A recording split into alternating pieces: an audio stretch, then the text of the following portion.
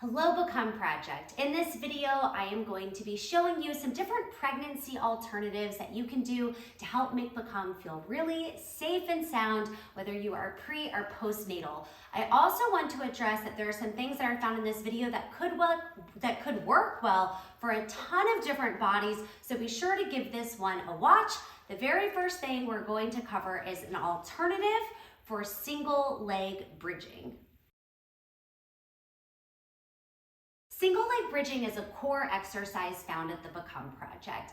And we do this exercise in many different ways with many different styles of choreography, but the base is the same for all of them. It's laying on the back, one foot on the floor, one leg lifted, doing a tiny scoop off of the ground to work into the glute and hamstring.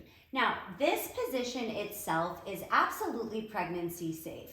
However, there's a chance that you may just not feel super comfortable doing this one. So the foundation of this exercise is actually hip lifts with both feet on the ground. This is the foundation. And I think this is a really good place to start because this exercise itself is incredibly beneficial for many different reasons.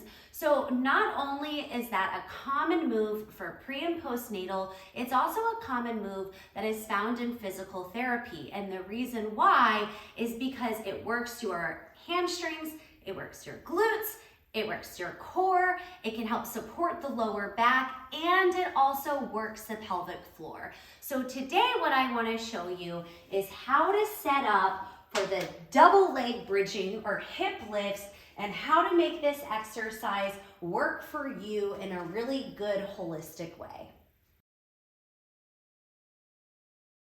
So for this exercise, we'll start laying down on our back, and the first thing we're going to do is adjust our heels.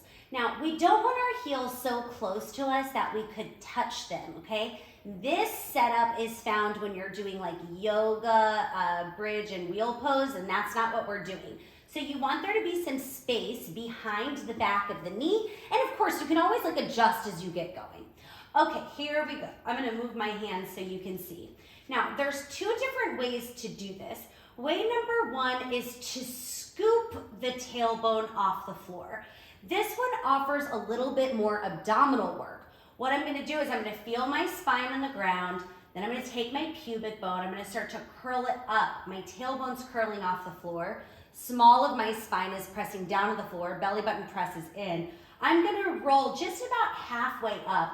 I want to keep the bra strap area on the floor. So right there toward the middle and base of the ribs, that stays on the floor. I'm squeezing my butt here, and then I'm going to unravel the spine, thinking one vertebrae at a time. Back down. You can even open up so you get the arch, all right? So it's really good spinal work. So right now my spine is arched. I'm gonna start to scoop, scoop, scoop. I'm moving through neutral spine. Now I'm in tucked spine. I'm lifting up, raising, and then rolling it back down. This can kind of feel like a spinal massage. It can be really good for you. However, if you are further along in your pregnancy, so you've already popped out, it may not feel good to take such a big scoop, okay? So there is another version of this, and I want to express both of these versions are great, okay? So for the next version, you're just laying here, you have your long spine, and it's simply going to be lifting the hips up, squeeze, and lower, barely brush the ground. Your butt barely touches. You lift up, up, up, squeeze, lower down, barely touch. And this would be the next position. Now, every time you come in, you want to think about an internal lift. So it is the pelvic floor engaging from the inside out to help lift you up, and then you lower and extend back down. Heels press. Again, you should feel this backside of the legs in the glutes, and then you are getting some of that internal core work. I personally never teach this exercise with a super high hip. So I like to think that the base of the ribs stays on the ground and space stays underneath the chin. That means that this would be about the highest that I would go. Here, my ribs are still touching. I have space underneath my chin.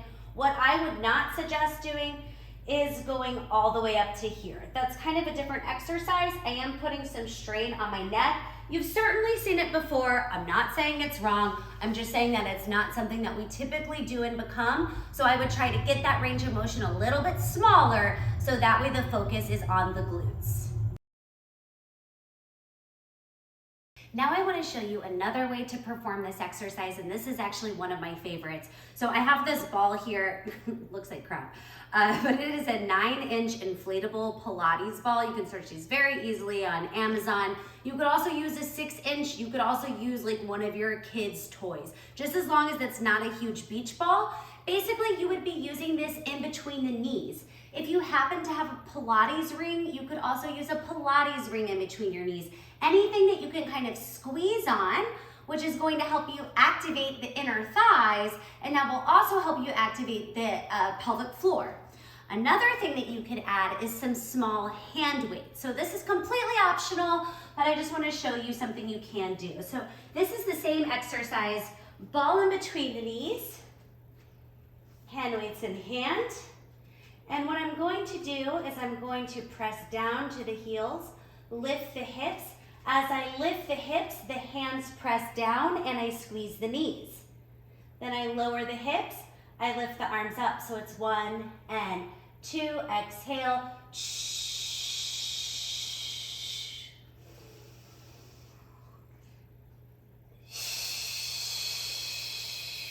You could do quite a few different arm motions. So you could also pump the arms up through a chest press. You squeeze the hands together, you squeeze the knees together, and then you come back down. I love this one because you get that nice tight squeeze at the top. So I encourage you to feel free to play around with these, again, using an inflatable ball or a set of weights in your bridging exercise. I would also like to give you a few go-to moves that you can always pull out of your pocket in case you find a series that doesn't work for you, but you don't want to fast forward, right? This can be good to have in your toolbox. So the first one is a tricep dip with the inflatable ball or squeezing something in between the knees. I'm going to place the ball in between the knees. I'm going to use a chair to help protect my wrist, and then I'm going to set up for a tricep dip. My entire hand wraps around the edge of the chair so that only the heel of my hand is on the chair.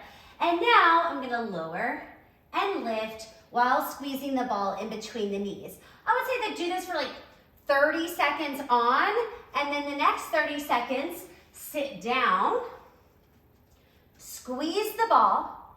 As you squeeze the ball, you should feel the abdominals engage and just work to sit super, super tall. Believe it or not, this is a much more active position than you may realize. The squeezing of the knees will help you engage through the abdominals. It's excellent core work, and then you can move back to your tricep dips. So you know, each of our series are roughly 3 minutes. They're actually almost always 3 minutes, right? So you can use that to help kind of gauge how much time you have. That is alternative series number 1. And the next go-to move is a squat series with balance. Now, the reason I like the idea of working balance is because balance does a lot of stuff for us. Specifically, it's core work without having to be in a compromising position of a plank or a crunch. So a really good go-to series is simply squat lower to stand lift. Hold for a few counts and then go back down again. It's a squat to lower, stand to lift, and hold. I know it seems simple, but again, the simple stuff is really the stuff that is often the best for us. So feel free to add in these 2 alternatives anytime you're feeling stuck.